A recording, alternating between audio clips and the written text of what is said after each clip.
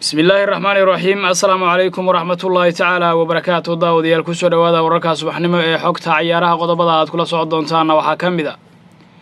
macalinka Real Madrid sanadii Zidane oo kulan saacado qaatay la yeeshay kabtankiisa Sergio Ramos UEFA oo soo taagtay taageerada ay Arsenal u muujin lahayd ciyaaryahankeeda Henry Mkhitaryan finalka Europe League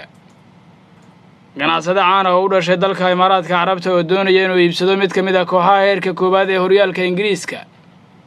Juventus oo meesha ka saartay in marnaba ay dalab ka gudbisay macalinka kooxda Man City Pep Guardiola horyaalka Talyaaniga oo soo gabagaboobay iyo afarta kooxood ee u soo baxday oo mid kamid ah aysan weligeed champion aadin qodobadaas iyo kuwa kale ayaan daawadayaal idinku waynaa xogta ciyaaraha saaka mar kale soo dhawaada aan ku bilownay macalinka kooxda Real Madrid sanadii Zidane ayaa kulan saacado qaatay waxa uu la yeeshay kabtankiisa kooxda Sergio Ramos kaasoo la hadalhayay dhawaanahanba in ay markaa ka tagayo kooxda Real Madrid oo 14 sano ee la soo dhaafay la soo joogay tababare Zidane ayaa u sheegay Sergio Ramos inuu doonayo inuu daaficiisu sii joogo La Liga xagaagan sida ay sheegayaan wararka ka imaanaya Spain daafaca reer Spain Sergio Ramos ayaa la xiriiriyay inuu ka tagayo Bernabeu kadib 14 sanadood oo kooxda joogay isagoo kulan la qaatay madaxweynaha kooxda Florentino Perez horaantii bishan waxa la sheegay in daafaca khibrad leh Sergio Ramos ay isku dhaceen madaxweynaha kooxda Florentino Perez kadib markii uu dood kulul dhex martay qolka labiska kulankii Champions League laga reebay kooxda Real Madrid waxaana taasi keentay in dhowr kooxood la xiriiriyo 33 jirkan heerka caalamiga ee qaranka Spain iyadoo kooxda Premier League ka dhisan ee Manchester United la fahansan yahay markaasi inay xiiseynayso la soo wareegitaanka iyadoo macallin Ole Gunnar Solskjaer oo markaa ka dhiganayo haddii ay dhacdo inuu ka tago kooxda Real Madrid dooqiisa koobaad ee difaaca jariirada Marca ayaa haatan sheegaysa in tababaraha Real Madrid sanadii Zidane uu wada hadal dheer la yeeshay Sergio Ramos isbuucani isla markaana uu isku dayay in uu ka dhaadhiciyo daaficiisa inuu sii joogo Madrid sida wargeysku sheegayo tababaraha reer Faransa ayaa si niyad sami leh uga jawaab celiyay cabashadii uu qabay kabtankiisa kooxda Sergio Ramos waxaana uu sameyn doonaa baa la leeyahay wax walba oo ku abuuri karo jawi degan oo ka dhaadhicin kara daafacani inuu sii joogo Los Blancos iyadoo haatan wararku ay sheegayaan in isfahan uu ku dhamaaday kulankii macalinka iyo kabtankiisa dhex maray waxaa la sheegayaa in sababta Zidane uu doonayo in daafaca uu baaqi ku sii ahaado Madrid ay tahay in xidigani muhiimad weyn u yahay guulaha kooxda ee garoonka dhexdiisa iyo banaankiisa intaba maadaama uu yahay difaac khibrad badan isla markaana aad u isbiirad badan Ramos ayaa kooxda kaga soo biiray naadiga Sevilla ee dalkaasi Spain kala dhisan sanadkii 2005 waxaana uu kooxda u saftay in ka badan 600 oo kulan UEFA ayaa ishortaag ku sameysay taageero ay Arsenal doonaysay in ay u sameyso Henry Mkhitaryan finalka Europe League xidiga qadka dhexe ee Arsenal ayaa awoodin inuu u ciyaaro kulanka finalka maadaama xiisad siyaasadeed oo ka dhaxaysa dalka Armenia iyo dalka lagu qabanayo koobkan ee Azerbaijan darteed looga reebay safka kooxda Arsenal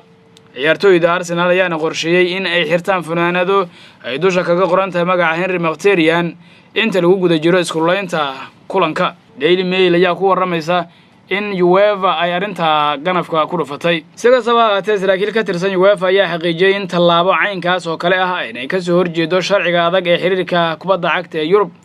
Arsenal ayaa cadaysay inay doonayeen in Mkhitaryan uu dheelo kulanka laakiin 30 jirkan ayaa la safrin kooxda inteeda kale markii kooxdu ay xaqiijisay waa Arsenal in aanu la safri karin maadaama ay arintaasi arrimo siyaasad ku xeeran darteed loo baajiyay ciyaaryahankan UEFA ayaana arinta ku saabsan xuska ama taageerada Arsenal ay u muujin lahayd ciyaaryahankan waxay sheegtay inay tahay mid meel ka dhac ku noqonaysa sharciga u yaala xiriirka finalka Europe League ayaa kooxaha Arsenal iyo Chelsea ku dhaxmaraya magaalada Baku ee dalka Azerbaijan iyadoo arbacada soo socota uu kulankaasi qabsoomi doono iyadoo kulankaasi uu soo dhici doono saacada Geeska Afrika marka ay tahay 10 PM ee habeenimo Sheikh Khalid ninka lagu magacaabo oo ay ilmo adeer yihiin milkiilaha kooxda Man City ayaa iibsanaya kooxda Premier League ka dhisan ee Newcastle United milkiilaha haatan ee Newcastle United Ashley ayaa diyaar u ah inuu kooxda ka iibiyo lacag gaaraysa ama uu ku iibiyo lacag gaaraysa 350 milyan oo gini sida ay sheegayaan wararka England laga helayo sida ay sheegtay jariirada The Sun waxa markaa durbaba la saxiixay heshiis u dhaxeeya labada dhinac waxaana la gudbiyey maamulka ama loo gudbiyey maamulka Premier League iyadoo milkiile Ashley uu diyaar u yahay inuu iska wareejiyo Newcastle oo milkiile ka ahaa muddo 12 sanadood. Sheikh Khalid ayaa waxa uu xubin ka yahay qoyska boqortooyada Abu Dhabi waxaana uu ka mid yahay ganacsatada ugu waaweyn ee Imaaraadka Carabta. sidoo kale waa ninkii isku dayay in uu 2 bilyan oo gini ku iibsado Liverpool sanadkii la soo dhaafay laakiin uu ku guuldareystay taa. Mikel Ashley ayaa markii ugu horeysay oo uu isku dayo inuu iibiyo Newcastle waxay ahayd sanadkii 2008 kadib markii Kevin Keegan oo ka tagay shaqada tababare markii isku dhaceen agaasimihii maamulka kooxda Dennis West. 2 jeer oo kale ayuu Mikel Ashley suuqa soo dhigay kooxda Newcastle. Sheikh Mansour ayaa markii hore doonayay inuu iibsado Newcastle 2008 waxaase uu markii dambe iibsaday kooxda Manchester City oo uu ka dhigay kooxda ugu fiican UK waqti xaadirkan. Ninka ganacsadaha ee haatan doonaya inuu iibsado Newcastle United Sheikh Khalid ayaa isna diyaar u ah inuu maalgashi weyn ku sameeyo kooxda Newcastle haddii ay la wareegaan milkiyadda kooxdaasi. waxa uu sidoo kale isku dayi doonaa inuu qandaraas cusub ka saxiixo tababaraha Champions League ku soo guuleysay ee Rafael Benitez. kooxda Juventus ee cajuusada dalka Talyaaniga ayaa beenisay in marnaba ay doonaysay in ay macallin ka dhigato macallinka kooxda Manchester City ee Pep Guardiola. agaasimaha ciyaaraha ee kooxda Juventus Fabio Paratici ayaa daaha ka qaaday wararka xanta ah ee Bianconeri lala xiriirinayay macallinka reer Spain ee Pep Guardiola. Fabian ayaa ka hadlay xaqiiqda haatan ku aadan dhowr arrimood ee la xiriira kooxdiisa ayaa wuxuu yiri waxaan ka shaqaynaynaa hagidda tababaraha soo socda waa inaan sugnaa ilaa iyo inta aan markaa ka qaadanayno tallaabo suuqa kala iibsiga ee xagaaga. waxay u muuqanaysaa mid cadaalad inaan deganaan iyo ixtiraam muujino dhammaanteen. Fabian ayaa waxa wax laga weydiiyay arrinta ku saabsan in kooxdiisu ay doonaysay la soo wareegtaanka Pep Guardiola wuxuuna ka yiri